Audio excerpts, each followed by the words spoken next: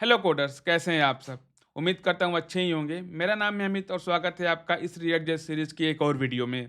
आज हम लोग बात करने वाले हैं रिडक्स के बारे में कि रिडक्स क्या होता है, उसकी इंपॉर्टेंस क्या है और वो कौन-कौन सी प्रॉब्लम सॉल्व करता है हमारे रिएक्ट जेएस के एप्लीकेशन के अंदर। तो चलिए हम लोग चलते हैं अपनी स्क्रीन पर और वहाँ पे देखते हैं कि कौन-कौन सी प्रॉब्लम हमें होती है और वो रिडक्स उसको कैसे सॉल्व करता है। अब हम लोग आ गए हैं अपनी स्क्रीन पर और यहाँ पे देखते हैं कि रिडक्स ना यूज़ करने की वजह से हमें कौन-कौन सी प्रॉब्लम हो सकती है। अब उसके पहले कि हमें रिडक्स यूज़ कहाँ पे करना है।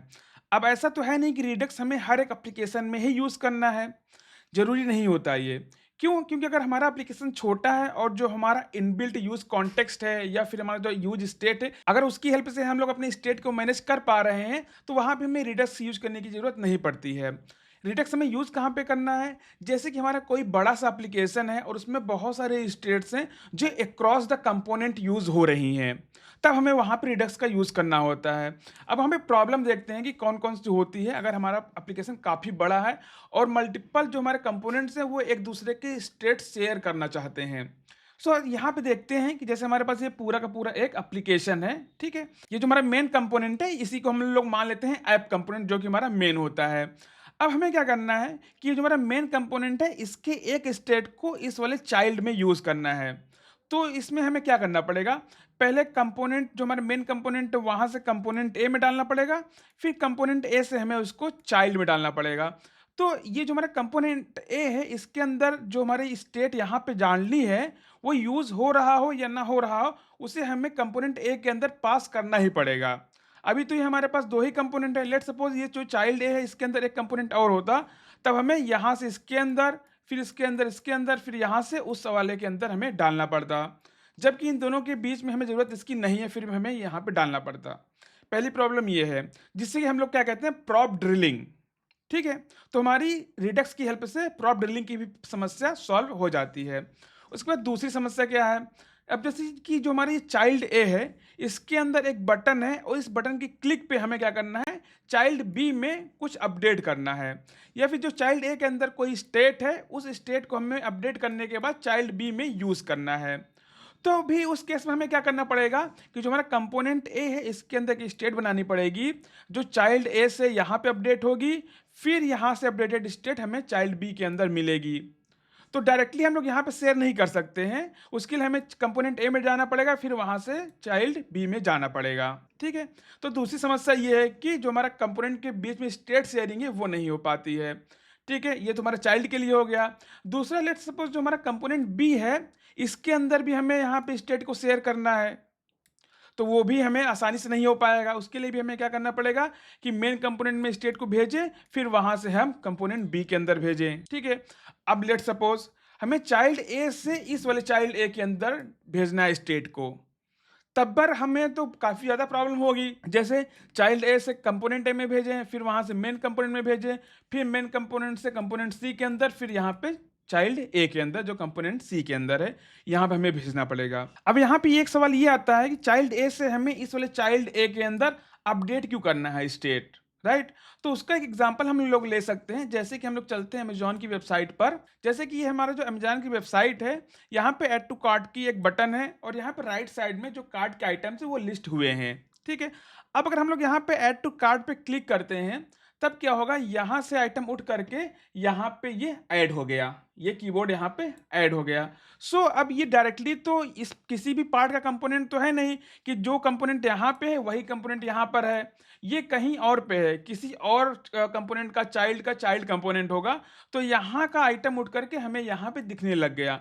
ठीक उसी तरीके से यहाँ का आइटम अगर हम लोग कुछ अपडेट करना चाहें यहाँ से और यहाँ पे उसका इफेक्ट दिखाई दे, तो इस तरीके की चीज़ों को भी हम लोग रिडक्स की हेल्प से सॉल्व करते हैं, जो कि क्या होता है स्टेट शेयरिंग बिटवीन कंपोनेंट्स, ठीक है? ये हो गया। उसके बाद अब एक प्रॉब्लम और क्या होती है, जैसे कि हमने एक बार कोई डाटा फेच कर लिया, वो हम लोग क्या कर सकें मल्टीपल कंपोनेंट्स के अंदर एक साथ यूज़ कर सकें, ठीक है? एक बार हमने मेन कंपोनेंट के अंदर जो हमारा है यहाँ पे डाटा फेच कर लिया और हम लोग उसको चाइल्ड ए के अंदर यूज़ कर सकें, चाइल्ड बी के अंदर यूज़ कर सकें, यहाँ पे भी यूज़ कर सकें, इस वाले के अंदर यूज़ कर सकें और इस वाले के अंदर यूज़ कर सकें।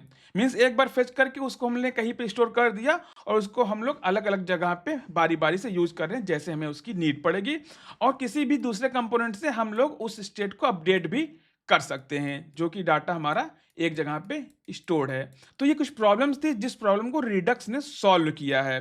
ठीक है, अब आप लोग ये कहेंगे कि यूज कॉन्टेक्स्ट भी तो है, यूज कॉन्टेक्स्ट का यूज हम लोग क्यों नहीं कर लेते? तो यूज कॉन्टेक्स्ट में प्रॉब्लम क्या है कि वो छोटे एप्लीकेशन के लिए बहुत ही सही चीज़ है, कि जिसमें हमें एक या दो ही ग्लोबल स्टेट्स हैं और ज़्यादा हमें अपडेट की करने की ज़रूरत उसमें नहीं है। बट अगर हमारे पास मल्टीपल ऐसे स्टेट्स हैं जो कि अक्रॉस द कंपोनेंट शेयर होंगे, जहाँ पे हमारे 10 स्टेट्स ऐसे हैं जो कि अक्रॉस द कंपोनेंट शेयर होंगे और उन्हें हमें फ्रिक्वेंटली अपडेट करने की ज़रूरत है based on the user action. So वहाँ पे हम रिडक्स का यूज़ करते हैं, वहाँ पे हम लोग यूज़ कॉन्टेक्स्ट का यूज़ नहीं करते हैं, क्योंकि जो हमारा यूज़ कॉन्टेक्स्ट है उसमें एक टाइप की वैल्यू एक कॉन्टेक्स्ट में हम लोग रखते हैं। तो अगर हमारे पास वहाँ पे 10 टाइप की वैल्यूज़ हैं तो हमें 10 डिफरेंट डिफरेंट कॉन्टेक्स्ट बनाने पड़ जाएंगे और उनको अलग अलग तरीके से मैनेज करना पड़ जाएगा। बट रिडक्स में ऐसा नहीं है, वहाँ पे एक सिंपल सा ग्लोबल स्टोर होता है और वहीं से सारी की सारी ब्रांचेस निकल करके अलग अलग कंपोनेंट्स में यूज हो जाती हैं और उसी के थ्रू हम लोग उसको अपडेट भी कर सकते हैं। ठीक है, इसीलिए यहाँ पे हम लोग यूज कॉन्टेक्स्ट का यूज ना करके रिडक्स का यूज करते हैं जब हमारा एप्लीकेशन काफी ज्यादा बड़ा होता है। अगर हम लोग इसकी हिस्ट्री की बात करें तो यूज कॉन्टेक्स्ट से पहले रिडक्स आ गया था, रिडक्स को ही देख करके यूज कॉन्टेक्स्ट बना है, ना कि जो हमारा यूज कॉन्टेक्स्ट पहले आया था फिर बाद में वहां पे रिडक्स आया। ठीक है, तो इस बात को भी आपको ध्यान रखना है कि हमें कब यूज कॉन्टेक्स्ट यूज करना है और कब हमें रिडक्स यूज करना है। प्रैक्टिकल करने से पहले थोड़ा सा हम लोग और थ्योरी को समझ लेते हैं कि रिडक्स क्या होता है, उसके कौन कौन से कंपोनेंट होते हैं और वो कैसे आपस में जुड़ करके काम करते हैं। ठीक है, ताकि हम लोग जब उसको एक्चुअल में इंप्लीमेंट करने जाए अपने कोड में तो हमें वहां पे ज़्यादा परेशानी ना हो उसको समझने में। नहीं तो डायरेक्टली अगर हम लोग कोड पे जंप कर जाएंगे तो वहां पे काफ़ी प्रॉब्लम होगी कि डाटा यहाँ से यहाँ कैसे चला गया और यहाँ से यहाँ कैसे चला गया और इस कंपोनेंट में डिस्प्ले कैसे हो गया। ठीक है, तो इस चीज़ को हम लोग यहाँ पे देखते हैं। इसको थोड़ा सा अगर हम लोग यहाँ पे स्क्रॉल करें तो ये रहा। सो घबराइएगा मत, ये जो भी सारी चीज़ें यहाँ पे आपको दिखाई दे रही है बहुत ही आसान है और बहुत ही आसान तरीके से मैं आपको समझाने वाला हूँ। ठीक है, रुके रहिएगा, कहीं मत जाइएगा। सो तो यहाँ पे 4 चीज़ें होती हैं मेनली। स्टोर होता है, एक रिड्यूसर होता है, एक एक्शन होता है और एक डिस्पैचर होता है। ये 4 चीज़ें होती हैं, इन चारों का नाम आपको याद रखना है। ठीक है, नाम याद रखना ही पड़ेगा, जैसे कि कंपोनेंट क्या होता है, कंपोनेंट हम तो जानते हैं क्या होता है, बट कंपोनेंट कंपोनेंट है, ये हमें नाम याद रखना पड़ता है क्योंकि वही से हमें उसको बुलाना पड़ता है। स्टेट हमें याद रखना पड़ता है कि स्टेट भी होती है, प्रॉप भी होता है। ठीक है, उसी तरीके से कि रिडक्स में एक स्टोर होता है, रिड्यूसर होता है, एक्शन होता है और डिस्पैचर होता है। ठीक है, अब सभी का हम लोग अलग अलग करके मतलब समझते हैं क्या क्या कौन सी चीज होती हैं। स्टोर, जो स्टोर है हमारा, इसी के अंदर सारी की सारी स्टेट्स हमारी आकर के स्टोर होती हैं। इसलिए हम लोग एक तरीके से वेयर हाउस समझ सकते हैं। वेयर हाउस क्या, हम लोग शॉपिंग मॉल की बात करते हैं तो वहाँ पे आप लोग देखते होंगे कि जो हमारे बिस्किट का सेक्शन है वहाँ पे बिस्किट रखी होती है, जहाँ पे ड्राई फ्रूट का सेक्शन होता है वहाँ पे ड्राई फ्रूट्स रखे होते हैं। ठीक है, जहाँ पे इलेक्ट्रॉनिक सेक्शन होते हैं वहाँ पे इलेक्ट्रॉनिक्स का सामान रखा होता है, जहाँ पे कपड़ों का सेक्शन होता है वहाँ पे कपड़ों का सेक्शन रखा होता है। ठीक है, सो उसी तरीके से जो हमारा स्टोर है वो एक क्या है, शॉपिंग मॉल है। ठीक है, पहली बात हो गई। आई थिंक आपको स्टोर अब समझ में आ गया होगा। तो अब इधर ना चल के हम लोग चलते हैं यहां से व्यू के पास। अब इस स्टोर से डाटा कहां जाएगा, व्यू के पास, कि जिस जिस व्यू को, व्यू का मतलब कंपोनेंट जो कि हमारे पास कहां पे है, ये कंपोनेंट। ठीक है, ये चाइल्ड कंपोनेंट, ये कंपोनेंट ए बी सी, इन सभी कंपोनेंट को हम लोग मान लेते हैं हमारा व्यू। तो अब अगर इस व्यू को या इस कंपोनेंट को स्टोर से डाटा को एक्सेस करना है तो ये इसको क्या करेगा, सब्सक्राइब कर लेगा। सब्सक्राइब करने का क्या मतलब हुआ कि इसने इसको एक फंक्शन दिया, उस फंक्शन का यूज आप अपने इस व्यू या फिर कंपोनेंट के अंदर कर लीजिए कि जब भी हमारे पास डाटा आएगा हम आपको दे देंगे। अब यहां पे डाटा कैसे आएगा, वो आएगा इसके थ्रू। ठीक है, यहां पे हमारे पास क्या है, डिस्पैचर है, एक्शन है और रिड्यूसर है। ठीक है, तो अब इन तीनों का क्या क्या काम है अपना अपना, वो मैं यहाँ पे अब आपको बताने वाला हूं, तो थोड़ा सा यहाँ पे ध्यान दीजिएगा। डिस्पैचर, जैसा कि नाम से ही आपको लग रहा होगा, किसी चीज को डिस्पैच करना। जैसे कि आप किसी कोरियर वाले के पास जाते हैं और बोलते हैं भैया कि ये मेरा थैला है, इसके अंदर कोई लेटर है, कोई पैसा है या फिर कोई आइटम है जिसे मुझे डिस्पैच करना है किसी दूसरी जगह पे। तो सेम काम डिस्पैचर का भी है। अब डिस्पैचर डिस्पैच क्या करता है, जैसे कि कुरियर वाले के पास आप गए तो पूछता है नहीं भाई क्या डिस्पैच करना है, कि इसके अंदर कोई लेटर है, पैसा है, लैपटॉप है या फिर कोई दूसरा आइटम है। तो उसी तरीके से उन चीज़ों को मैनेज की जाती है। तो यहाँ पे क्या है, डिस्पैचर क्या करता है, एक्शन को डिस्पैच करता है। ठीक है, अब यहाँ पे एक्शन क्या हो गया, अब यहाँ पे एक्शन क्या होगा? कोई भी यूज़र इवेंट का मतलब जैसे कि यहाँ पे जो हमारा अमेज़न की वेबसाइट थी, यहाँ पे क्या है ऐड टू कार्ट का एक ये एक्शन है कि ऐड टू कार्ट जब भी हम लोग यहाँ पे करते हैं, यहाँ पे इसके अंदर डाटा अपडेट हो रहा है। ठीक है? तो यहाँ पे क्या हुआ ऐड टू कार्ट का एक एक्शन डिस्पैच हुआ।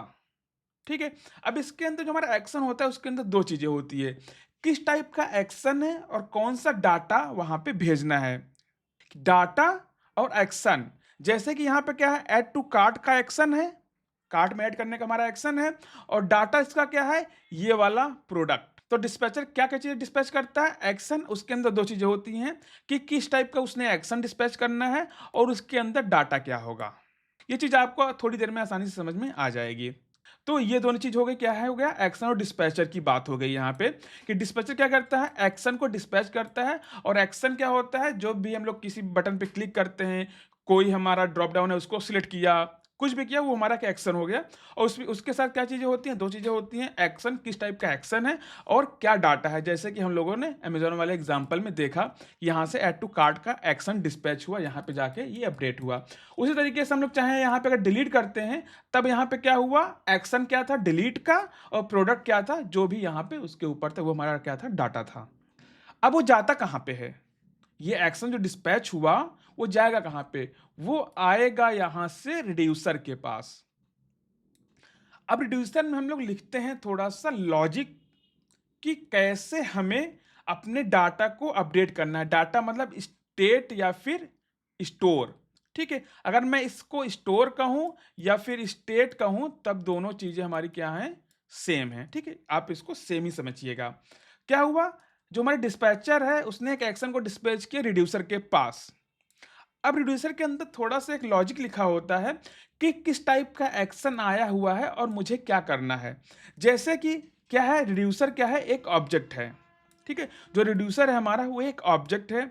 अब यहाँ से क्या हुआ ऐड टू कार्ट का एक एक्शन आया इसके पास, ऐड टू कार्ट का एक एक्शन आया इसके पास और उसमें क्या था एक प्रोडक्ट की आईडी थी। तो इसके पास क्या है एक ऑब्जेक्ट पहले से है, ये जो स्टोर है इसका एक्सेस इसके पास होता है। एक्शन यहाँ से आया रिड्यूसर के पास, इसने कहा भैया जो आपका कार्ट वाला एक रिड्यूसर है उसके अंदर इस प्रोडक्ट को ऐड कर दो। तो रिड्यूसर क्या करेगा उस प्रोडक्ट को उस कार्ट वाले रिड्यूसर के अंदर ऐड करेगा और स्टोर को वो फिर से क्या करेगा अपडेट कर देगा। अब जितने भी टाइप के हमें डाटा स्टोर करने होते हैं हम लोग मेनली उतने रिड्यूसर बना देते हैं ताकि डाटा को बाद में मैनेज करना, अपडेट करना, रिट्रीव करना आसान हो। ये हम लोग कैसे एग्जांपल समझ सकते हैं? जैसे कि आप जाते हैं शॉपिंग मॉल में तो इलेक्ट्रॉनिक का सेक्शन अलग होता है, ड्राई फ्रूट्स का सेक्शन अलग होता है, बिस्किट्स का सेक्शन अलग होता है, वेजिटेबल का सेक्शन अलग होता है, ताकि कोई यूज़र आए तो वो आसानी से चीज़ों को एक्सेस कर सके। और अगर हमें वहाँ पे फिर से प्रोडक्ट रखना हो, जैसे इलेक्ट्रॉनिक में से हमारा टीवी खत्म हो गया तो हमें टीवी फिर से वहाँ पे डालना हो, तो हम लोग आसानी से वहाँ पे जाकर के डाल सकें। तो सेम उसी तरीके से जितने भी टाइप की हमें चीज़ें परफॉर्म करनी होती है, जितने भी अलग-अलग तरीके के स्टेट हमें लगाने होते हैं, उतने ही अलग-अलग तरीके के हम लोग यहाँ पे रिड्यूसर बनाते हैं, ताकि बाद में डाटा को अपडेट करना और डाटा को रिट्रीव करना दोनों ही आसान हो। हम लोग रख सकते हैं एक ही के अंदर बट काफ़ी ज़्यादा प्रॉब्लम होगी बाद में, ठीक है? ताकि बाद में उसको निकालना आसान हो, बाद में उसमें डालना आसान हो। तो आई थिंक चीज़ें आपको थोड़ी-सी क्लियर हुई होंगी।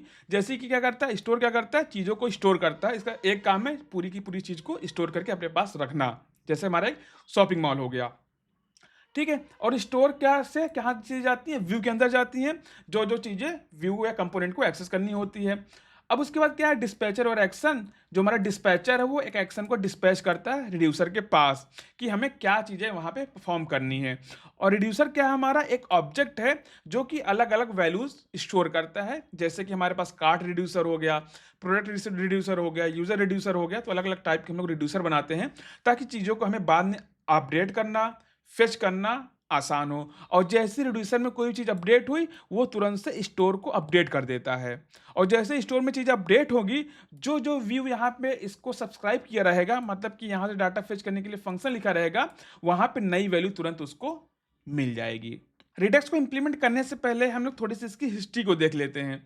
जो आज हम लोग यहाँ पे पढ़ने वाले हैं वो है रिडक्स टूल किट, ना कि पुराना वाला रिडक्स। अब इन दोनों में अंतर क्या है? दोनों में काम करने का तरीका तो सेम है, जो कि हमने यहाँ पे बताया, ये सारी चीज़ें काम ऐसे ही करेंगी। पुराना वाला भी ऐसे ही काम करता था और नया वाला भी ऐसे ही काम करता है। बट जो कोड लिखने का स्टाइल था, जो उसमें फाइलें वगैरह थी, वो अब कम लिखनी पड़ती हैं, पहले ज़्यादा लिखनी पड़ती थी। जैसे कि जो हमारा पुराना वाला रिडक्स था, उसमें हमें रिड्यूसर के लिए अलग फाइल बनानी पड़ती थी और एक्शन के लिए अलग फाइल बनानी पड़ती थी। बट जो हमारा रिडक्स टूलकिट है, इसके अंदर जो रिड्यूसर और एक्शन है, वो दोनों एक ही फाइल के अंदर लिखे जाते हैं। तो अब क्या हो गया कि जो हमारा रिडक्स टूलकिट है, वो काफ़ी ज़्यादा हमें सहूलियत देता है कि हम लोग कम कोड में अपने उसी टास्क को परफॉर्म कर सकते हैं, जो कि हमें पहले 2 फाइलें बना करके अलग-अलग करना पड़ता था। तो ज़रूरी नहीं कि आप पुराना वाला भी सीखो, नया वाला भी सीखो, क्योंकि भाई पहले क्लास कंपोनेंट यूज़ होता था, अब फंक्शनल कंपोनेंट यूज़ होता है। तो कहीं-कहीं कंपनी में जो पुरानी कंपनियाँ हैं काफ़ी ज़्यादा, जो माइग्रेट नहीं कर पाई हैं, वही क्लास बेस्ड कंपोनेंट यूज़ करती हैं, नहीं तो ज़्यादातर आपको 90% अब यहाँ पे फंक्शनल कंपोनेंट ही यूज़ होते हैं। तो उसी तरीके से जब कोई चीज़ मार्केट में यहाँ पे चल रही है, तो हम लोग पुरानी चीज़ों को क्यों सीखें? ठीक है? क्योंकि अभी आप सीखेंगे, इसको पढ़ेंगे, तो हो सकता है आप 3 महीने, 4 महीने बाद जॉब पे जाएँ, तो तब तक हो सकता है ये चीज़ पूरी तरीके से ही खत्म हो जाए। तो आज हम लोग यहाँ पे बात करने वाले हैं यहाँ पे रिडक्स टूलकिट की, और धीरे-धीरे मैं आपको समझाता भी रहूँगा कि जो पुराना वाला था, वो कैसे माइग्रेट हुआ है हमारे रिड्यूसर स्लाइस में। तो चलिए चलते हैं, अब इसको कोडिंग की हेल्प से समझते हैं कि ये चीज़ें कैसे काम करती हैं, और जो भी हम लोगों ने यहाँ पे थ्योरी का पार्ट समझा है, वो आपको समझ में आ जाए पूरी तरीके से। तो अब हम लोग आ गए हैं अपनी कोडिंग स्क्रीन पर, और यहाँ पे हमने एक सिंपल सा रिएक्ट जेएस का एप्लीकेशन बना लिया है, जिसको हमें यहाँ पे रन किया है, तो हमें सिंपल सा यहाँ पे लिख करके आ रहा है माई रिडक्स टू डू एप्लीकेशन। सो मैं यहाँ पे स्टार्टिंग से रिएक्ट जेएस का एप्लीकेशन बनाना नहीं बता रहा हूँ, क्योंकि अगर आपने रिडक्स के बारे में सुन रखा है और आप रिडक्स सीखना चाहते हैं, यहाँ तक आ गए हैं, तो आई एम श्योर कि आपको रिएक्ट जेएस का एप्लीकेशन बनाना आता ही होगा, तभी आप इस एप्लीकेशन, इस वीडियो तक पहुँचे हुए हैं। ठीक है? तो अब हम लोगों को क्या करना है कि रिडक्स को यूज़ करना है। तो किसी भी एप्लीकेशन के अंदर लाइब्रेरी को हमें यूज़ करना है, तो उसको हमें सबसे पहले इंस्टॉल करना पड़ेगा, और क्या-क्या चीज़ें इंस्टॉल करनी पड़ेंगी, वो चलिए देख लेते हैं हम लोग। सबसे पहले हम लोग यहाँ पे सर्च करते हैं रिडक्स टूलकिट, ठीक है? एंटर किया, और जो पहला हमारे पास लिंक आएगा यहाँ पे, उसी को हमें यहाँ पे ओपन करना है। उसके बाद हमें क्लिक करना है यहाँ पे गेट स्टार्टेड, और यहाँ पे इसका डॉक्यूमेंटेशन ओपन हो जाएगा। तो अब देखते हैं कि हमें क्या-क्या चीज़ें इंस्टॉल करनी पड़ेंगी इसको यूज़ करने के लिए। एप्लीकेशन तो हम लोगों ने यहाँ पे क्रिएट कर लिया है, हम लोगों ने विड का यूज़ किया है क्योंकि हम लोग स्मार्ट हैं। उसके बाद यहाँ पे आता है npm इंस्टॉल रिडक्स टूलकिट, उसके बाद npm इंस्टॉल रिएक्ट रिडक्स। अब दोनों में डिफरेंस क्या है? क्योंकि जो हमारा रिडक्स है, वो ऐसा नहीं है कि सिर्फ और सिर्फ हम लोग रिडक्स के साथ ही यूज़ कर सकते हैं, मतलब कि रिएक्ट के साथ ही यूज़ कर सकते हैं। हम लोग रिडक्स को एंगुलर, व्यू, स्वेल्ट, कई सारे और लाइब्रेरीज, फ्रेमवर्क्स हैं जिनके साथ यूज़ कर सकते हैं। ठीक है? तो ये उसके लिए हो गया। उसके बाद दूसरा क्या है? Redux toolkit. उसके बाद दूसरा क्या है? रिएक्ट रिडक्स, मतलब कि इसको हमें रिएक्ट के साथ यूज़ करना है, तो ये स्पेशल पैकेज जो सिर्फ और सिर्फ रिएक्ट के लिए बना है, इसको भी हमें इंस्टॉल करना पड़ेगा। तो हम लोग क्या करते हैं, सबसे पहले इसको यहाँ से कॉपी करते हैं, इसको अपने एप्लीकेशन को बंद करते हैं, पेस्ट और इंटर। तो यहाँ पे रिडक्स टूलकिट इंस्टॉल हो गया सबसे पहले। उसके बाद हमें रिएक्ट रिडक्स को इंस्टॉल करना है, इसको कॉपी किया और यहाँ पे इसको पेस्ट करके इंटर मार दिया। तो अब ये दोनों पैकेजेस यहाँ पे इंस्टॉल हो गए हैं। चलते हैं पैकेज और जेसन के अंदर, तो यहाँ पे हम लोग देखेंगे कि रिडक्स टूलकिट और रिएक्ट रिडक्स आ गया है। तो अब चलिए चलते हैं, एक-एक करके हम लोग फाइल्स बनाएँगे और देखेंगे कि उसमें क्या-क्या चीज़ें हम लिखने वाले हैं। चलते हैं डॉक्यूमेंटेशन के अंदर और देखते हैं कि और क्या-क्या चीज़ें हैं वहाँ पे। ठीक है? ये सारी चीज़ें हो गई। यहाँ पे क्या लिखा है? कॉन्फ़िगर स्टोर, मतलब कि हमें एक स्टोर बनाना है। जैसे ही हम लोग यहाँ पे ड्राइंग में जब आए थे, तो यहाँ पे हमारे पास क्या था कि एक स्टोर था, राइट? तो ये एक स्टोर था। तो सबसे पहले हम लोग स्टोर को क्रिएट करते हैं यहाँ पे। अब स्टोर को क्रिएट करने का तरीका क्या है, वो हम लोग यहाँ पे देखते हैं। अब हम लोग चाहें जो हमारा स्टोर है, डायरेक्टली एसआरसी के अंदर बना लें या फिर किसी फ़ोल्डर के अंदर बना लें। आप लोग डिफरेंट एप्लीकेशन या डिफरेंट वीडियोज़ देखेंगे, तो वहाँ पे अलग-अलग लोकेशंस पे आपको स्टोर देखने को मिलेगा। ये अपना सबका अलग-अलग पर्सपेक्टिव है कि उन्हें कहाँ पे रखना है। तो हम लोग क्या करते हैं, यहाँ पे एसआरसी के अंदर एक फ़ोल्डर बनाते हैं, स्टोर नाम का, और उसी के अंदर हम लोग एक फाइल बनाते हैं, स्टोर डॉट जेएस की। ठीक है? क्योंकि स्टोर सिंपल सा एक जावास्क्रिप्ट फाइल ही है, उसके लिए हमें यहाँ पे उसके अंदर और कुछ लिखने की ज़रूरत नहीं है, जेएसएक्स वगैरह। तो इसीलिए हमने यहाँ पे इसको डॉट जेएस ही नाम दिया है। ठीक है? अब हमें क्या करना है, इसके अंदर स्टोर के कुछ कोड्स लिखने हैं सिंपल सा। तो हम लोग यहाँ पे क्या लिखते हैं, कॉन्स्ट स्टोर, ठीक है, इक्वल टू क्या है हमारा यहाँ पे पैकेज क्या था, मीन्स फंक्शन क्या था, कॉन्फ़िगर स्टोर का। तो हम लोग यहाँ पे क्या लिखते हैं, कॉन्फ़िगर स्टोर, ये आ गया, एंटर किया तो ये रिडक्स टूल किट के अंदर से आ गया। अब क्या है, इसके अंदर हम लोग एक क्या पास करेंगे, पैरेंथेसिस, इसके अंदर हम लोग एक कर्ली ब्रेसेस। अब इसके अंदर हमें क्या पास करना पड़ता है, रिड्यूसर। हमने क्या बात करी थी कि जो हमारा स्टोर है वो क्या है, एक शॉपिंग मॉल है, उस शॉपिंग मॉल के अंदर अलग अलग चीजें होंगी। ठीक है, तो हम लोग यहाँ सबसे पहले लिखते हैं रिड्यूसर। ठीक है, अब ये रिड्यूसर तो खाली हो नहीं सकता, जैसे कि अगर हमने शॉपिंग मॉल बनाया तो उस शॉपिंग मॉल के अंदर जब तक चीज़ें नहीं होंगी, नहीं रखेंगे, तो ना ही उसमें कोई भी नया आइटम हम लोग रख सकते हैं, ना ही कोई दूसरा वहाँ पे खरीदने वाला आएगा। तो ठीक है, तो हम लोग यहाँ पे कौन सा रिड्यूसर बनाएंगे, तो उसके लिए हमें क्या बनाना पड़ेगा, एक रिड्यूसर जो भी हमें इसके अंदर पास करना है। अब इसी के अंदर हम लोग एक नया फोल्डर बनाते हैं अपने रिड्यूसर्स के लिए, स्लाइसेस। अब स्लाइसेस हमने इसका नाम क्यों दिया है, हम लोग चलते हैं फिर से डॉक्यूमेंटेशन के अंदर। यहाँ पे आएंगे, हम लोगों ने क्या कर लिया, अपना स्टोर को कॉन्फ़िगर कर लिया। उसके बाद उसके नीचे अगर आप हम लोग आके देखें तो यहाँ पे कई भी और चीज़ें हैं, create reducer, create action, create slice. हम लोग यहाँ पे क्रिएट स्लाइस को पढ़ने वाले हैं, क्योंकि यहाँ पे देखेंगे तो दोनों चीज़ें अलग अलग है, रिड्यूसर अलग से बन रहा है और एक्शन अलग से बन रहा है। बट हम लोगों ने अपने ड्राइंग में क्या पढ़ा था कि जो हम लोग पढ़ने वाले हैं उसमें रिड्यूसर और एक्शन दोनों एक साथ कंबाइन होकर हमें मिलेंगे। तो हम लोग यहाँ पे क्या करेंगे, स्लाइस को क्रिएट करने वाले हैं। ठीक है, तो इसीलिए हम लोगों ने एक नया फोल्डर बना लिया स्लाइसेस का, और इसके अंदर हम लोग अपने स्लाइसेस लिखने वाले हैं। हमने यहाँ पे क्या नाम दिया इसको, to do slices dot JS. ठीक है, आप कोई भी नाम दे सकते हैं, हमने यहाँ पे स्लाइसेस इसलिए दिया है ताकि पता रहे कि इसके अंदर हम लोगों ने कौन सा कोड लिखा हुआ है, कि इसके अंदर हमने टू डू के रिड्यूसर्स और एक्शंस लिख रखे हैं। इसीलिए हम लोगों ने स्टोर का एक सेपरेट फोल्डर बनाया और वहाँ पे स्टोर डॉट जेएस लिखा, ताकि हमें पता रहे कि इसके अंदर क्या है, एक स्टोर लिखा गया है। एज यूजुअल जैसे हम लोग एक बहुत ही अच्छा नॉमेनक्लेचर फॉलो करते हैं कि कंपोनेंट्स के अंदर कंपोनेंट रहेगा, यूटिल्स के अंदर यूटिल्स की चीज़ें रहेंगी, कॉन्स्टेंट फाइल के अंदर सारे के सारे हमारे कॉन्स्टेंट डिफाइन रहेंगे, और जो हमारा एपीआई का फोल्डर रहेगा, हमारे एपीआई एक फोल्डर के अंदर सारी की सारी एपीआई से रिलेटेड चीज़ें लिखी जाएंगी। ठीक उसी तरीके से हम लोगों ने एक टू डू स्लाइसेस नाम का फाइल बनाई, और यहाँ पे जो भी हमारा रिड्यूसर और एक्शन है वो हम लोग यहाँ पे लिखने वाले हैं। अब यहाँ पे इसको बनाना बहुत ही आसान है, हमें 3 चीजें याद रखनी है बस। वो कौन कौन सी हैं उसको हम लोग यहाँ पे देखते हैं। तो हम लोग सबसे पहले क्या लिखते हैं, const to do slices equal to create slice. अब जैसे ये फंक्शन हम लोग इंटर करेंगे वो हमारा रिडक्स टूलकिट के अंदर से इंपोर्ट हो जाएगा। अब यहाँ पे हमने एक लगाया पैरेंथेसिस और उसके अंदर डाला एक ऑब्जेक्ट। अब यहाँ पे कुछ चीज़ें हमें डालनी जरूरी होती हैं, जैसे कि अगर हम लोग यहाँ पे रिएक्ट के कंपोनेंट को देखें तो हम लोगों ने यहाँ पे क्या किया, एक फंक्शन लिखा है, ऐप लिखा, और यहाँ से कुछ चीज़ें रिटर्न करनी जरूरी होती हैं, और एक रिटर्न के टाइम पे हम लोग यहाँ पे एक ही पेरेंट कंपोनेंट को रिटर्न कर सकते हैं। कुछ चीज़ें हमें लिखना जरूरी होता है। उसी तरीके से जो हमारा यहाँ पे स्लाइस क्रिएट करने का तरीका है वो भी हमें यहाँ पे उसी तरीके से करना पड़ेगा जैसा हमें डॉक्यूमेंटेशन में दिया होगा। तो इसमें सबसे पहले हम लोग देते हैं नेम, इसका क्या हम लोगों ने नेम दे दिया, टू डू, कि ये जो हमारा स्लाइस है वो किस नाम से जाना जाएगा। उसके बाद दूसरा आता है इसमें इनिशियल स्टेट, कि जो हमारा शॉपिंग मॉल हम ओपन कर रहे हैं या जो हमारी दुकान ओपन हो रही है, आप शुरू शुरू में कुछ सामान ला के खरीद के रखते हैं, उसके बाद फिर उसमें चीजें आप अपडेट करते हैं कि एक टीवी बिक गई, दूसरी टीवी हमने ला दी। तो उसी तरीके से हम लोग यहाँ पे इसको कुछ इनिशियल स्टेट देंगे कि इसकी कुछ इनिशियल वैल्यू क्या होगी। सेम तरीके से और भी आसानी से अगर हम लोग यहाँ पे समझे तो जो हमारा यहाँ पे यूज स्टेट हम लोग रखते हैं,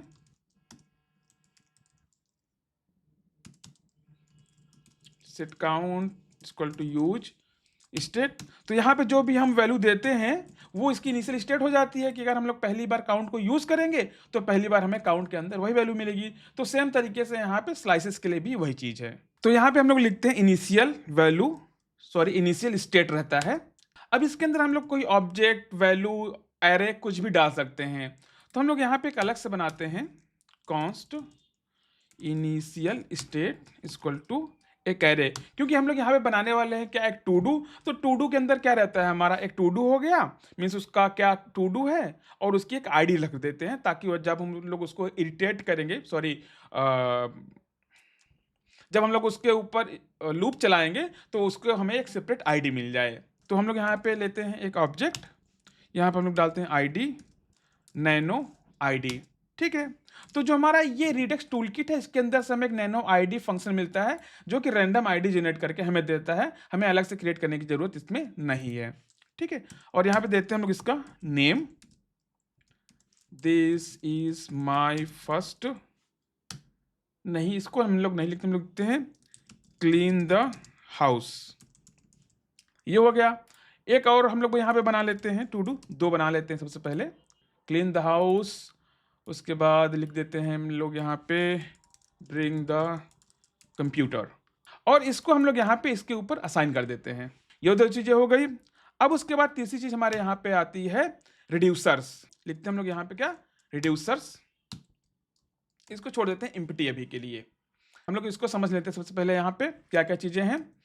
क्या है, हम लोगों ने यहाँ पे क्रिएट स्लाइस नाम के फंक्शन को इंपोर्ट किया।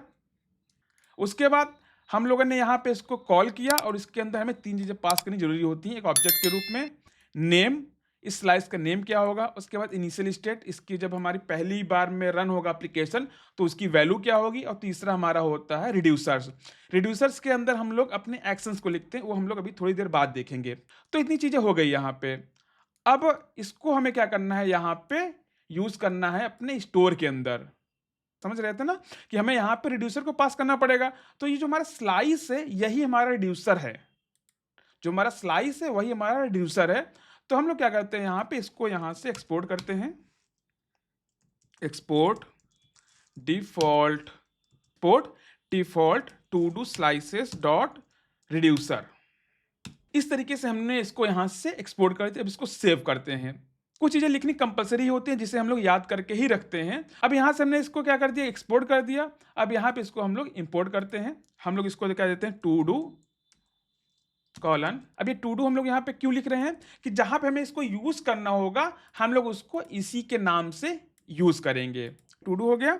अब यहाँ पे हमें क्या करना है, जो हमारा रिड्यूसर था उसको यहाँ पे इंपोर्ट करेंगे। टू डू रिड्यूसर, इसको हम लोग यहाँ पे क्या करते हैं, import to do reducer from, क्या होगा, ये गए बाहर, फिर यहाँ पे मिला स्लाइसेस, फिर हमें यहाँ पे क्या मिला, टू डू स्लाइसेस।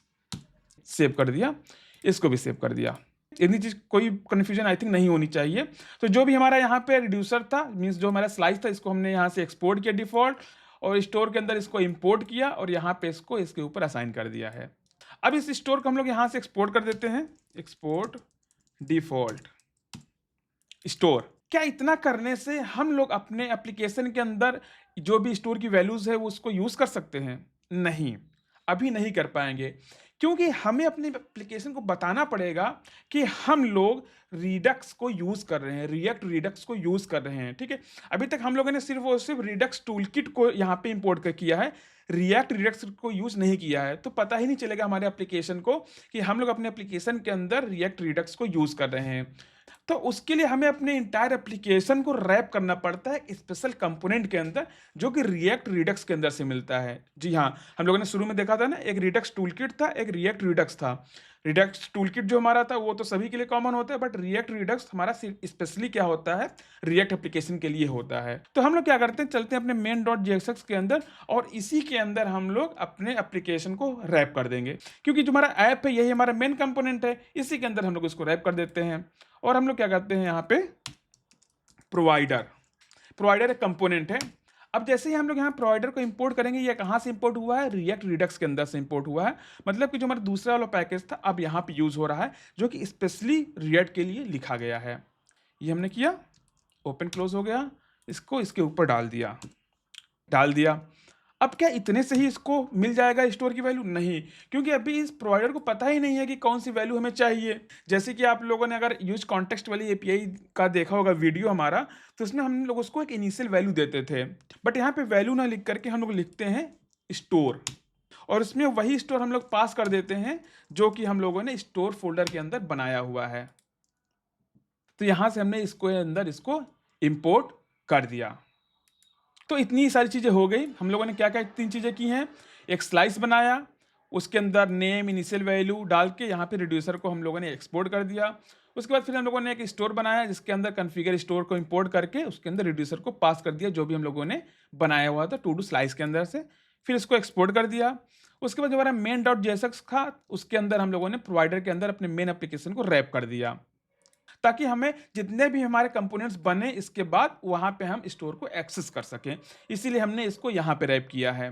अब हम लोग क्या करते हैं, एक कंपोनेंट बनाते हैं अलग से, जिसके अंदर कि हम लोग अपने टू डूज को लिस्ट डाउन करने वाले हैं। इसको सेव करते हैं और यहाँ पे अपने एप्लीकेशन को रन करके देखते हैं कि चल रहा है कि नहीं चल रहा है। npm run dev चलते हैं यहाँ पे, फिर यहाँ पे रिफ्रेश करते हैं, कोई एरर नहीं दिख रहा, मतलब कि हमारा एप्लीकेशन अभी तक सही चल रहा है। तो हम लोग यहाँ पे एक फोल्डर बनाते हैं अलग से कंपोनेंट्स का, कंपोनेंट्स, और यहाँ पे बनाते हैं एक अलग से file my to dos dot jsx। ये हो गया। यहाँ पे लिखते हैं हम लोग const my to dos equal to parenthesis curly braces return, यहाँ पे एक ड्यू, ये हो गया। और यहाँ से इसको हम लोग एक्सपोर्ट करते हैं, एक्सपोर्ट डिफ़ॉल्ट, ठीक है। इतनी सारी चीज़ हमें लिखनी ही पड़ती हैं हमेशा के लिए। और यहाँ पे लिखते हैं h2 my to do list, इसको h5 कर देते हैं, ठीक है, h5। मैं यहाँ पे थोड़ा सा तेज़ी से चल रहा हूँ कि आई थिंक इतनी सारी चीज़ें आपको पता होंगी। अब इस कंपोनेंट को मैं यहाँ पे ऐप के अंदर इंपोर्ट करता हूँ। कैसे इंपोर्ट होगा, सिंपली ये आके यहाँ पे इंपोर्ट हो गया। सेव करते हैं, ठीक है। तो माई टू डू लिस्ट यहाँ पे लिख करके आ गया है। अब इसके अंदर हम लोग क्या करने वाले हैं, ये जो स्टोर की वैल्यूज हैं, मीन्स सॉरी, जो यहाँ पे ये टू डू स्लाइसेस के अंदर इनिशियल स्टेट की वैल्यूज हैं, ये हम लोग एक्सेस करने वाले हैं। हम लोग सबसे पहले वहाँ पे जो वैल्यू ऑलरेडी पड़ी हुई है उसको एक्सेस करते हैं, फिर हम लोग उसके अंदर और भी चीज़ें का एडिशन करेंगे। अब हम लोग चलते हैं थोड़ा सा अपने ड्राइंग के ऊपर। अब हम लोग डायरेक्टली जो हमारा स्टोर है, जो हमारा ये स्टोर है, इसको हम लोग डायरेक्टली एक्सेस नहीं कर सकते, राइट। क्योंकि मैंने शुरू में ही बताया था कि हम लोग क्या करते हैं, कोई फंक्शन हमें मिलता है तो उसी फंक्शन की हेल्प से ही हम लोग स्टोर की वैल्यू को एक्सेस करते हैं, या फिर इसके अंदर की चीज़ों को हम लोग अपडेट करते हैं, ठीक है। तो उस फंक्शन का नेम क्या है, उसे हम लोग कहते हैं यूज सिलेक्टर। सिलेक्टर से जैसे आपको पता चल रहा होगा कि चीज़ों को सिलेक्ट करना, वैल्यू को सिलेक्ट करना, ये फंक्शन का एक हुक है, राइट। आप लोगों को पता ही होगा कि अगर किसी फंक्शन का यूज़ हम लोग लगा देते हैं स्मॉल में, तो वो मेनली हमारा एक हुक बन जाता है। तो ये जो यूज सिलेक्टर हुक है, उसी की हेल्प से हम लोग स्टोर से वैल्यू को फिच करते हैं अपने कंपोनेंट के अंदर, अपने व्यू के अंदर, ठीक है। तो इसी का हम लोग यहाँ पे आप यूज़ करने वाले हैं। इसको इधर कर देते हैं, ठीक है। कॉन्स्ट टू डूज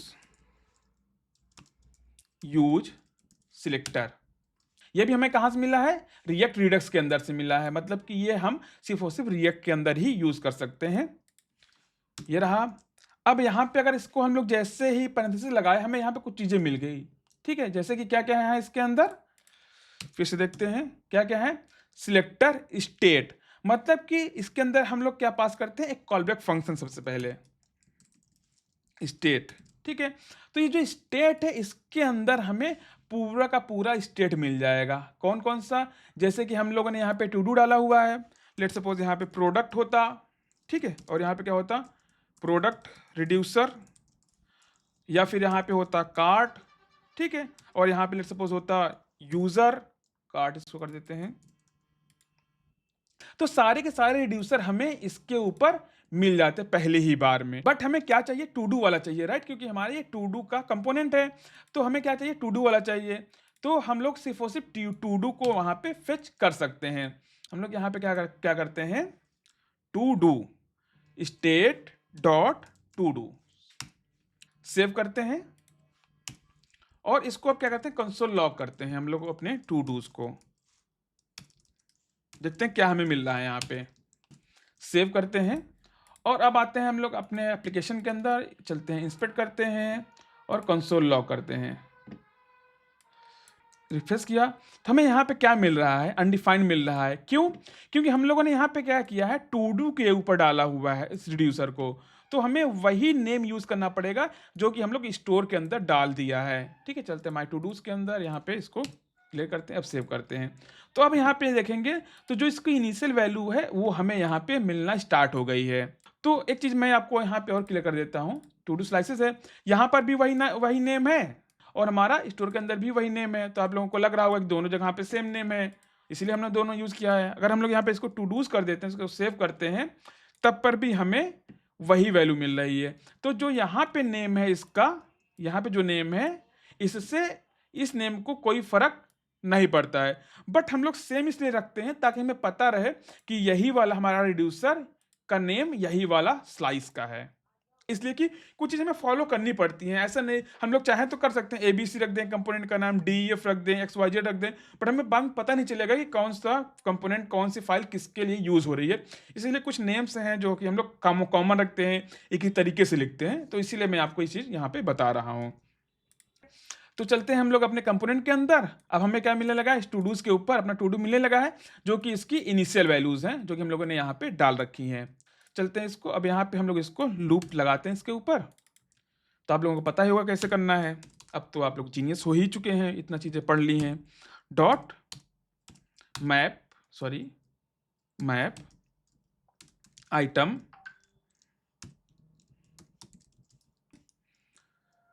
ये हो गया। और यहाँ पे लिखते हैं हम एक डिव, फिर से इसके अंदर हम लोग डाल देते हैं क्या, आइटम डॉट नेम, वही है ना, ये हमारा to do slices item dot name.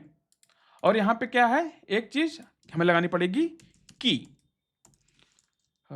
Item dot ID, ये हो गया। अब हमें क्या लगा देते हैं, बटन लगा देते हैं यहाँ पे, रिमूव की। इतना हो गया, इसको सेव करते हैं। तो हम लोग यहाँ पे आके देखेंगे, तो जो हमारा कंपोनेंट था उसके अंदर हमारा जो भी ये टू डूज थे वो यहाँ पे लिस्ट डाउन हो चुके हैं, जो कि इनिशियली यहाँ पे सेट हैं, जो यहाँ पे हैं वो यहाँ पे अब आपको दिखने लगे हैं, राइट। बड़ा ही आसान है, कोई इसमें रॉकेट साइंस नहीं है। सिंपली आपको कुछ चीज़ें फॉलो करनी है और आपका काम रिडक्स में चुटकियों में हो जाएगा। इतनी सारी चीज़ें हो गई। अब क्या करते हैं, क्लास इस पे लगा देते हैं हम लोग, class to do item, save किया तो ये थोड़ा सा इसमें स्पेसिंग आ गई। लोग चलते हैं थोड़ा सा इसके CSS में, और एक चीज़ और लगा देते हैं यहाँ पे, क्या लगा देते हैं, मार्जिन बॉटम 10px, थोड़ा सा स्पेस आ जाएगा, राइट। तुम्हारा टू डू लिस्टिंग वाला काम अब हो गया है। अब हम लोग ये देखते हैं कि हम लोग नया टू डू ऐड कैसे करेंगे, मतलब कि किसी एक्शन को कैसे डिस्पैच करेंगे ताकि नया टू डू हमारे रिड्यूसर में, हमारे स्टोर में अपडेट हो सके। तो उसके लिए हम लोग एक और नया कंपोनेंट यहाँ पे बनाते हैं, to do form dot JSX import. Import क्या करते हैं, इम्पोर्ट रहने देते हैं const to do form equal to return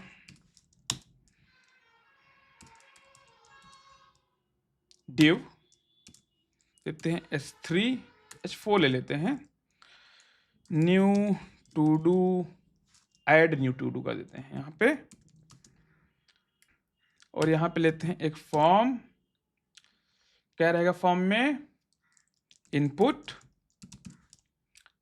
क्या रहेगा इसका, नेम कर देते हैं, और यहाँ पे लगा देते हैं हम लोग क्या, बटन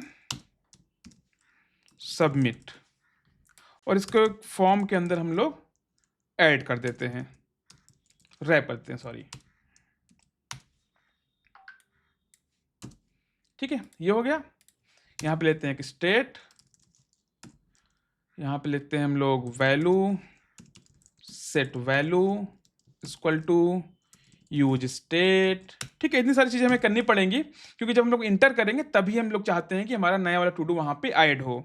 इसको एम्प्टी रख देते हैं, और ऑन चेंज हम लोग यहाँ पे लगाते हैं। हमें यहाँ पे क्या मिलता है, ई।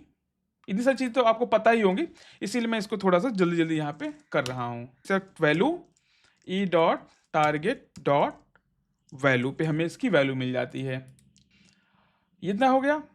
अब हम लोग यहाँ पे क्या करते हैं, सेव इसको करते हैं, और इसको यहाँ पे एक्सपोर्ट करके देखते हैं कि हमारा फॉर्म कैसा दिख रहा है। Export default to do form, और इसको हम लोग यहाँ पे इंपोर्ट करते हैं अपने ऐप डॉट JSX के अंदर, माई टू डू के ऊपर,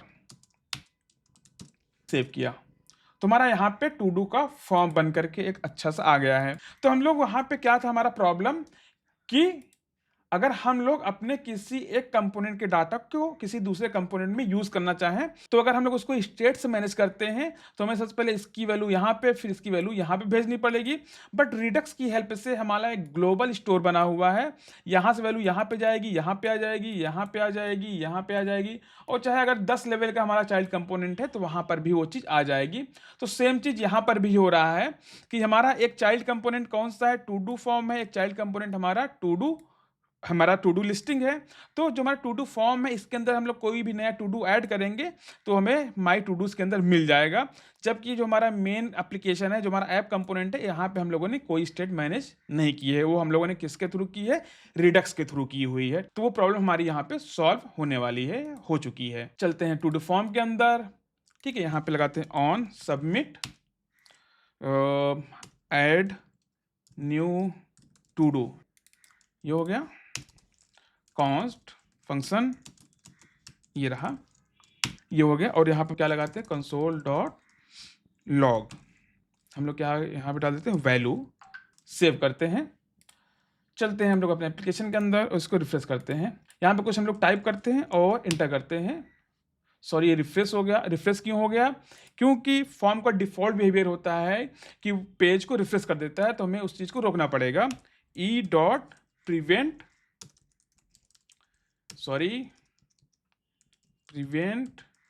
डिफ़ॉल्ट। तो ये क्या करेगा, जो हमारा फॉर्म सबमिट होने के बाद पेज को रिलोड करता है वो रिलोड नहीं करेगा। ठीक है, इस चीज़ को यहाँ से हटा देते हैं, इंटर करते हैं। अब यहाँ पे कुछ भी डाल के हम लोग क्या करते हैं, इंटर मारते हैं, तो वैल्यू यहाँ पे प्रिंट हो गई, हमारा पेज रिफ्रेश नहीं हुआ है। तो अब हमारा अगला टारगेट क्या है कि ये जो हमारा फॉर्म सबमिट हो रहा है, यहाँ पे जो वैल्यू कंसोल हो रही है, इसकी वैल्यू को हमें कहाँ पे डालना है, अपने स्टोर के अंदर डालना है। तो स्टोर के अंदर डालने का हमारा तरीका क्या था, देखते हैं फिर से कि हमारा कैसे जाता है। यहाँ पे हम लोग यहाँ पे जो हमारा व्यू है, मतलब जो हमारा यहाँ पे टू डू का फॉर्म है, वहां से हम लोग एक्शन को क्या करेंगे, डिस्पैच करेंगे, जो कि रिड्यूसर में आएगा। उसके बाद फिर वो स्टोर को अपडेट कर देगा। तो उसी चीज को हम लोग क्या करते हैं, यहाँ पे चलते हैं, एक एक्शन को क्रिएट करते हैं। टू डू फॉर्म नहीं, हम लोग चलते हैं टू डू स्लाइसेस के अंदर। ठीक है, तो ये रहा हमारा रिड्यूसर। ठीक है, इसी के अंदर हम लोग अपना एक्शन क्रिएट करेंगे नया। हम लोग यहाँ पे क्या करते हैं, add new to do, add to do करते हैं ओनली। ठीक है, ऐड टू डू, ये रहा हमारा फंक्शन, ये हमने लिख दिया। अभी जो हमारे रिड्यूसर के अंदर फंक्शन है, हमें इसके अंदर दो चीज़ें मिलती हैं और कंपलसरी है कि हमें वो चीज़ें यूज़ करनी है। ठीक है, स्टेट और दूसरा एक्शन। ठीक है, स्टेट और एक्शन, इन दोनों, ये दोनों चीज़ें क्या क्या हैं, स्टेट मतलब कि ये जो हमारा रिड्यूसर है, जो हमारा ये स्लाइस है, इसकी जो वैल्यू होगी वो हमें स्टेट के ऊपर मिल जाएगी। मतलब कि अभी क्या है, यहाँ पे दो टू डूज हैं, राइट। तो जो ये दो टू डूज हैं वो हमें स्टेट पे मिल जाएंगे। और एक्शन क्या है हमारा, एक्शन जो भी हम लोग यहाँ से पास करेंगे, हमारा फॉर्म, यहाँ से जो हमारी वैल्यू होगी वो हमें एक्शन के ऊपर पेलोड में मिल जाएगी। हम लोगों ने यहाँ पे बात करी थी ना, जब हमारा अमेजॉन का एग्जांपल था, हम लोग वहाँ पे क्या चीज़ें थी, दो एक्शन और प्रोडक्ट, कि हमारा ऐड टू कार्ट एक्शन था और हमारा दूसरा क्या था, वैल्यू। मतलब प्रोडक्ट की कौन सा हमारा प्रोडक्ट कार्ट में ऐड हो रहा है। ऐड टू डू हमारा क्या हो जाएगा, एक्शन हो जाएगा, उसके अंदर हमें एक पेलोड मिलेगा जो कि हमारी एक्चुअल टू डू होगी। ठीक है, करके देखते हैं थोड़ा सा। हम लोग यहाँ पे क्या करते हैं, कंसोल लॉग लगाते हैं। सबसे पहले करने से पहले देखते हैं क्या क्या चीज़ें मिलती हैं। स्टेट हो गया और उसके बाद एक्शन हो गया, सेव कर दिया। अब इसको हमें यहाँ से एक्सपोर्ट करना पड़ेगा, तभी हम लोग कहीं पे दूसरी जगह पे इसको यूज़ कर सकते हैं। एज यूजुअल आपको पता है कि अगर हमें किसी एक कंपोनेंट या किसी एक फाइल के किसी फंक्शन को यूज़ करना है दूसरे में, तो हमें उसको वहाँ से एक्सपोर्ट करना पड़ेगा। एक्सपोर्ट ऐड टू डू, किसके अंदर से, एक्शंस में से। ठीक है, to do slices dot action, sorry यहाँ पे रहेगा कॉन्स्ट, ये हमारा एक एक्शन यहाँ से क्या हो गया, एक्सपोर्ट हो गया। अब चलते हैं, इसको हमें यूज करना है यहाँ पे अपने फॉर्म के अंदर। तो अब डायरेक्टली हम लोग नहीं यूज कर सकते क्योंकि ये एक स्टोर का फंक्शन है, एक रिडक्स का फंक्शन है। तो हम लोगों ने क्या देखा था, यहाँ पे हमारे पास क्या होता है, एक डिस्पैचर होता है। तो हम लोग यहाँ पे उस अपने हुक को यूज करेंगे, const dispatch equal to use dispatch. ये भी हमारा कहां से मिलेगा, हमें रिएक्ट रिडक्स के अंदर से। तो अब इसी फंक्शन की हेल्प से हम लोग अपने ऐड टू डू का जो फंक्शन है उसको डिस्पैच करेंगे। यहां पे आते हैं, डिस्पैच ऐड टू डू, ये हम लोग स्लाइस के अंदर से इंपोर्ट कर लेंगे क्योंकि हम लोगों ने यहां से इसको एक्सपोर्ट किया है। अब इसके अंदर हम लोग पास करेंगे अपना टू डू वैल्यू, सेव कर देते हैं। फिर से चलते हैं हम लोग अपने एप्लीकेशन पे, इसको रिफ्रेश करते हैं एक बार और यहाँ पे डालते हैं my new to do, submit करते हैं, इंटर। तो हम लोग देखते हैं कि हमें क्या क्या मिला है यहाँ पे। तो यहाँ पे जो हमारा पहला वाला था, कहाँ गया हमारा स्लाइस, जो हमारा स्टेट था, ये क्या हमारा स्टेट है। तो यहाँ पे जो हमें स्टेट के अंदर मिल रहा है प्रॉक्सी एरे, क्योंकि हम लोगों ने यहाँ पे एक एरे दे रखा था जो कि हम लोग इसमें कुछ अपडेट करेंगे तो ऑटोमेटिक अपडेट हो जाएगा। उसके बाद दूसरा क्या है, एक्शन है। तो एक्शन में क्या था हमारा, एक्शन टाइप, किस टाइप का हमारा एक्शन रहेगा, और दूसरा उसकी वैल्यू। जैसे कि यहाँ पे क्या है, एक्शन टाइप क्या है हमारा, टू डूज, जो कि हमारा इस स्लाइस का नेम है।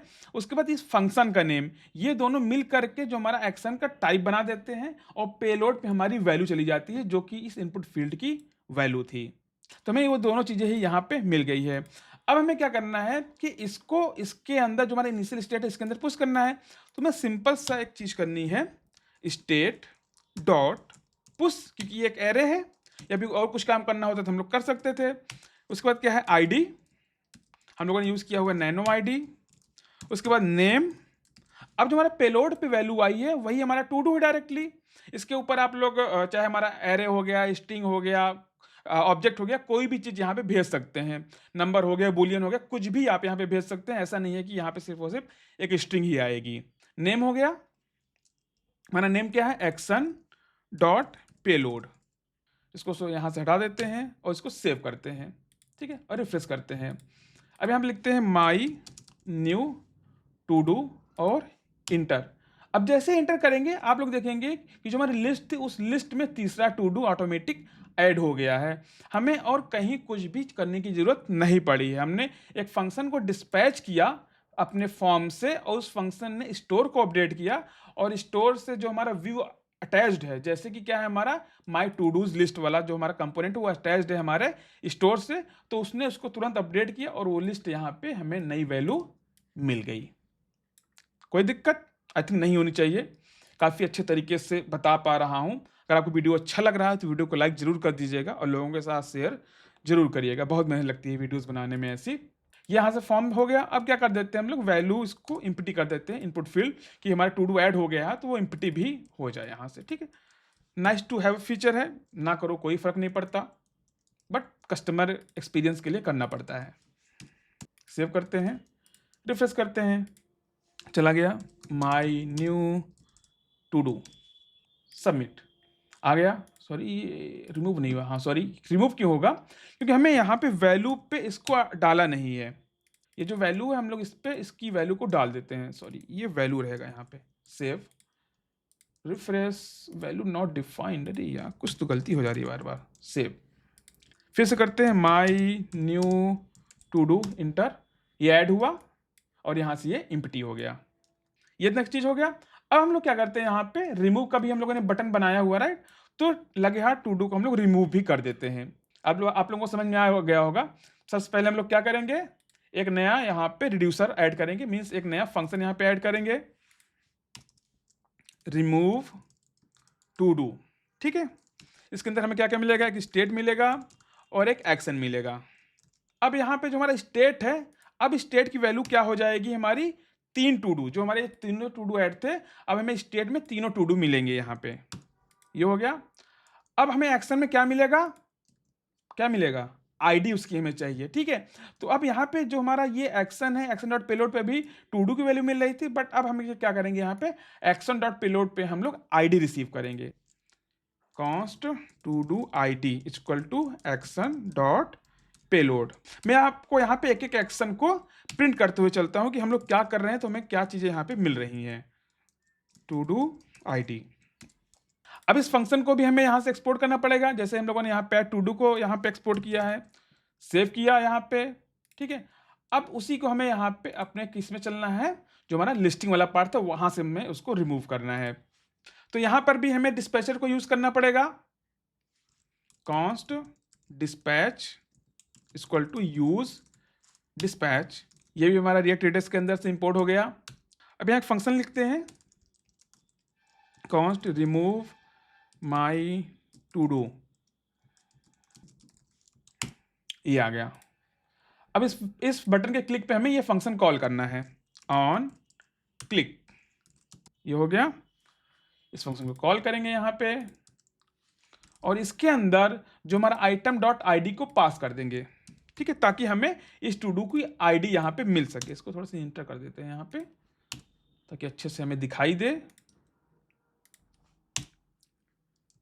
कहाँ गया?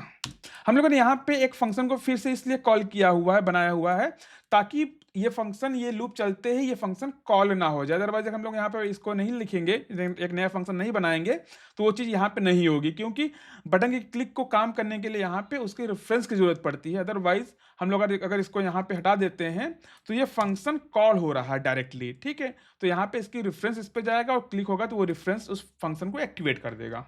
हमें यहाँ पे आईडी मिल जाएगी। अब इसी आईडी के अंदर हम लोग, सॉरी, इसी फंक्शन के अंदर हम लोग अपने रिमूव वाले को कॉल करेंगे।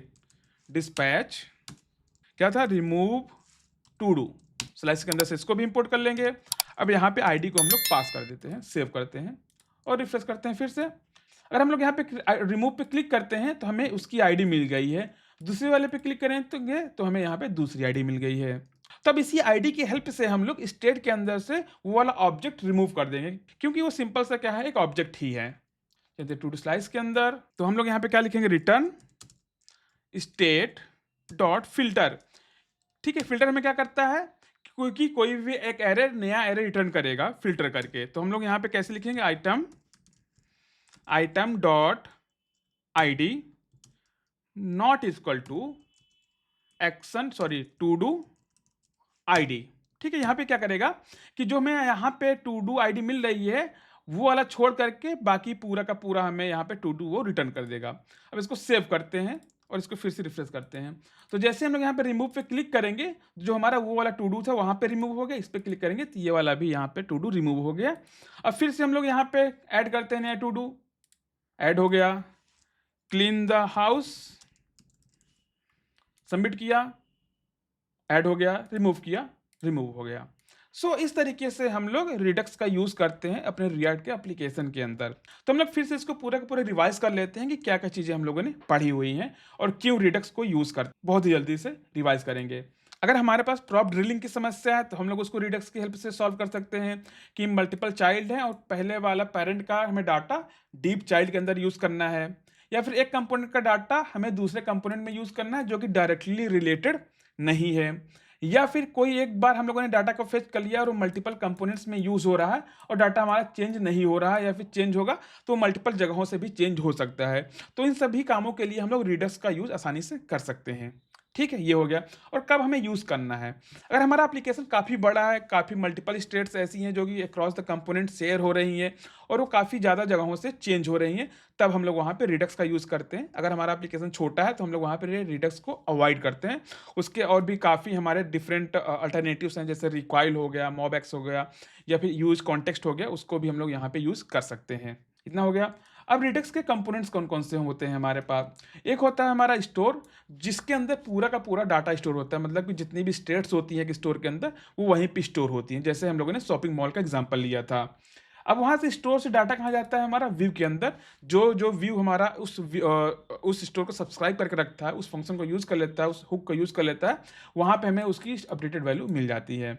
उसके बाद क्या होता है, डिस्पैचर होता है और एक्शन होता है, कि जो हमारा डिस्पैचर होता है वो एक एक्शन को डिस्पैच करता है व्यू से किसी एक एक्शन पे, मीन्स बटन क्लिक हुआ, स्क्रॉल हुआ, हम लोगों ने कोई ड्रॉप डाउन चेक किया या फिर एक चेक बॉक्स को चेक किया, तो उन सभी एक्शंस पे एक एक्शन को डिस्पैच करता है डिस्पैचर। अब क्या हमारा जो एक्शन होता है वो एक टाइप और अपना पेलोड लेके चलता है हमेशा के लिए। जैसे हम लोगों ने अमेजॉन का एग्जांपल लिया कि वो एक्शन से कहाँ पे जाएगा, रिड्यूसर में जाएगा, और रिड्यूसर वहाँ पे चीज़ों को मैनिपुलेट करेगा थोड़ा बहुत, और फिर वो क्या कर देगा, स्टोर में नई वैल्यू को अपडेट कर देगा। तो इस तरीके से पूरा का पूरा लाइफ साइकिल काम करता है रिडक्स का। अब थोड़ा सा चलते हैं कोड के अंदर। तो हम लोगों ने क्या किया था, सबसे पहले एक स्टोर बनाया था कॉन्फ़िगर स्टोर का यूज करके, और उसके अंदर रिड्यूसर का एक ऑब्जेक्ट पास किया। जितने टाइप का हमें रिड्यूसर चाहिए, मीन्स जितने टाइप का हमें स्टोर इसके अंदर डालना है, उतने टाइप का हमें रिड्यूसर यहाँ पे बनाना पड़ता है। जैसे कि कार्ड का हो गया, प्रोडक्ट का हो गया, सर्च का हो गया, यहाँ पे टू का हो गया। अगर हमारे पास मल्टीपल होंगे तो हमें मल्टीपल यहाँ पे रिड्यूसर को इसके अंदर डालना पड़ेगा, ठीक है। उसके बाद स्टोर को हम लोग यहाँ से एक्सपोर्ट कर देंगे। उसके बाद हम लोगों ने यहाँ पे बनाया अपना स्लाइस, क्रिएट स्लाइस किया। उसके अंदर हमारे पास क्या-क्या चीज़ें डालनी पड़ती है, नेम, इनिशियल स्टेट और उसके अंदर रिड्यूसर्स, मतलब कि जो-जो एक्शंस हमें परफॉर्म करने हैं। उसके बाद हमें यहाँ पे एक्शन को अलग से एक्सपोर्ट करना है और जो हमारे डिफ़ॉल्ट रिड्यूसर है उसको अलग से एक्सपोर्ट करना है। और जो भी हम लोग यहाँ पे रिड्यूसर को एक्सपोर्ट करेंगे, उस रिड्यूसर को हम लोग अपने स्टोर के अंदर डालेंगे। और जो भी हम लोग यहाँ पे फंक्शन को एक्सपोर्ट करेंगे, एक्शंस को एक्सपोर्ट करेंगे, वो हमारे एक्शंस क्या होते हैं कि वो किस टाइप का ऑपरेशन परफॉर्म करेंगे। जैसे कि यहाँ पे ऐड टू डू था, तो जो हमारा इस वाला रिड्यूसर था, इसके अंदर इसने डाटा को ऐड किया और रिमूव टू डू के एक्शन ने यहाँ से डाटा को रिमूव किया। तो अब हम लोग चलते हैं अपने मेन डॉट जेएसएस के अंदर। तो हम लोगों ने यहाँ पे प्रोवाइडर के थ्रू अपने पूरे के पूरे एप्लीकेशन को रैप किया और उसके अंदर स्टोर को पास कर दिया, ताकि हर एक कंपोनेंट के अंदर उसकी अवेलेबिलिटी रहे, जब हम लोग चाहें उसको वहाँ पे यूज़ कर सकें। उसके बाद हमारे पास यहाँ पे क्या है, माई टू डू, जिसके अंदर हमें एप्लीकेशन के अंदर इस कंपोनेंट के अंदर हमें अपने रिडक्स को यूज़ करना है, मीन्स स्टोर को एक्सेस करना है। तो हमने यूज़ किया यूज सिलेक्टर का हुक, स्टेट इसके अंदर पास किया और यहाँ पे जो हमारा रिड्यूसर का नाम था स्टेट डॉट टू डू के थ्रू हम लोगों ने एक्सेस कर लिया। और यहाँ से हम लोग इसको रिमूव कर सकते हैं। एक एक्शन हम लोगों ने यहाँ से डिस्पैच कर दिया रिमूव टू डू का आईडी के थ्रू। और उसी तरीके से जो हमारा फॉर्म था, वहाँ से हम लोगों ने ऐड करने वाला एक्शन पास किया है, जो भी हमारा इनपुट फील्ड की वैल्यू थी।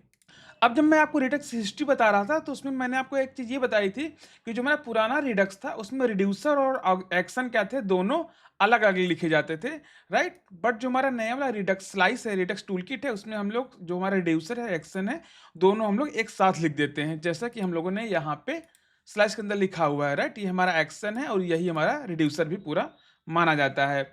बट पुराने वाले में क्या था, दोनों अलग-अलग लिखते थे, तो दोनों अलग-अलग दिखते कैसे थे, वो हम लोग यहाँ पे एक बार देख लेते हैं। इसको थोड़ा-सा हम लोग बड़ा करते हैं, ठीक है? और चलते हैं अपने ये वाले डॉक्यूमेंटेशन पे और यहाँ पे हम लोग थोड़ा-सा आगे बढ़ते हैं, ठीक है? इसमें यहाँ थोड़ा-सा स्क्रॉल डाउन करते हैं। तो ये रहा हमारा पुराना वाला रिडक्स, यहाँ पे लिखा हुआ है legacy handwritten redux saga, ठीक है? तो यहाँ पे अगर आप लोग देखेंगे, तो यहाँ पे इसमें यहाँ पे 2 पार्ट है। ये क्या है, हमारा एक्शन है अलग से, जो यहाँ पे ऊपर अगर आप देखेंगे, ये क्या है, हमारा एक्शन टाइप है और उसके नीचे हमारा पेलोड है, ठीक है? हमारे पास क्या था, ऐड टू डू था, यहाँ पर भी ऐड टू डू है। उसमें क्या था, हमारे पास टाइप था, यहाँ पर भी टाइप है, यहाँ पर भी हमारे पास क्या है, पेलोड है, ठीक है? उसके बाद क्या है, यहाँ पे रिड्यूसर है, यहाँ पर भी स्विच है, केस है, काफ़ी ज़्यादा बड़ा हमें कोड यहाँ पे लिखना पड़ा है सेम चीज़ को अचीव करने के लिए, राइट? अगर हम लोग अपने कोड में आएँ, ये रहा हमारा कोड, ठीक है? तो यहाँ पे हमारा बहुत ही छोटा-सा कोड है और उतना काम हमारा हो जा रहा है, ठीक है? जैसे कि क्या था, हमारा एक्शन लिखने का काम, वो हमारा एक्शन हो जा रहा है। यहाँ रिमूव टू डू, वो भी हमारा एक्शन लिखा हुआ है। तो यहाँ पे क्या था, जो हमारा एक्शन था, एक्शन का टाइप था, पेलोड था, वो सारी चीज़ें हमें मैनुअली लिखनी पड़ती थी। बट अब क्या हो गया, वो सारी चीज़ें ऑटोमेटिक रिडक्स खुद से करने लगा है, क्योंकि उसे पता है कि हम फंक्शन कॉल कर देंगे, तो वो वहाँ पे ऑटोमेटिक हो जाना चाहिए। तो यहाँ पे हमारे पास टाइप कैसे बनता है, जो हमारे टू डू का नेम है, सॉरी, जो हमारा ये स्लाइस का नेम है और स्लैश ये जो हमारा एक्शन का नेम है, ये दोनों कंबाइन होकर के हमें क्या दे देते हैं, जो हमारा ये टाइप है, जो कि हम लोग यहाँ पे खुद से पहले बनाते थे। और पेलोड क्या है, पेलोड जब जो भी हम लोग यहाँ से पास करते हैं, जब हम लोग उसको यहाँ पे यूज कर रहे हैं, ये जो हमारी वैल्यू है, यही हमारा क्या है, पेलोड है। और इसके बाद थोड़ा-सा और नीचे आएँगे, तो वही एग्ज़ाम्पल दिया गया है यहाँ पे कि जो हमारा इतना बड़ा कोड था इसके पहले, हम लोगों ने इसको यहाँ पे इतना छोटा-सा कर दिया है। यहाँ पे हमें क्या है, हमारे पास यहाँ पे स्विच है, केस है, रिटर्न कर रहे हैं, काफ़ी ज़्यादा चीज़ें यहाँ पे हम लोगों ने लिख रखी है। बट यहाँ पर क्या है, सिंपल सा जो हमारा एक्शन है, उसी एक्शन के अंदर हम लोगों ने अपने पूरे के पूरे जो हमारा लॉजिक है, उसको लिख दिया है। तो इस तरीके से जो हमारा पुराना लॉ कोड था, वो काफ़ी ज़्यादा था, उसमें काफ़ी ज़्यादा बॉयलर प्लेट कोड लिखने पड़ते थे, जो कि अननेसेसरी थे। अननेसेसरी का मतलब ये है कि हमें बार-बार सभी के लिए लिखने पड़ते थे और तरीका सेम था। तो जो हमारा नया वाला रिडक्स टूलकिट आया, उसमें जो उस कुछ ऐसी चीज़ें थी, उन लोग को हटा दिया गया, उनको हाइड कर दिया गया। होता वैसे ही है, बट वो अब बिहाइंड द सीन चला गया, हमें लिखने की ज़रूरत नहीं है, वो हमारा रिडक्स खुद से उसको मैनेज कर देता है। तो ये दोनों में अंतर है। मे बी कहीं आप यूज़ करने जाएँ, तो ये किसी कंपनी में जाए, तो हो सकता है वहाँ पे पुराना वाला रिडक्स यूज़ हुआ हो सकता है, तो आप ऐसे चीज़ों को समझ सकते हैं। तो इस तरीके से हम लोग रिडक्स का यूज़ कर सकते हैं अपने एप्लीकेशन के अंदर। इसके और भी कई सारे एप्लीकेशंस हैं, जैसे कि हम लोग इसमें एपीआई को कैसे कॉल करेंगे, मल्टीपल रिड्यूसर्स कैसे यूज़ करेंगे, वो हम लोग अगले वीडियो में बात करने वाले हैं। अगर वीडियो अच्छी लगी हो, तो वीडियो को लाइक कीजिए, चैनल को सब्सक्राइब कीजिए, अपने दोस्तों के साथ ज़रूर शेयर कीजिए। मिलते हैं अब आपसे नेक्स्ट वीडियो में, तब तक के लिए बी हैप्पी, कीप कोडिंग।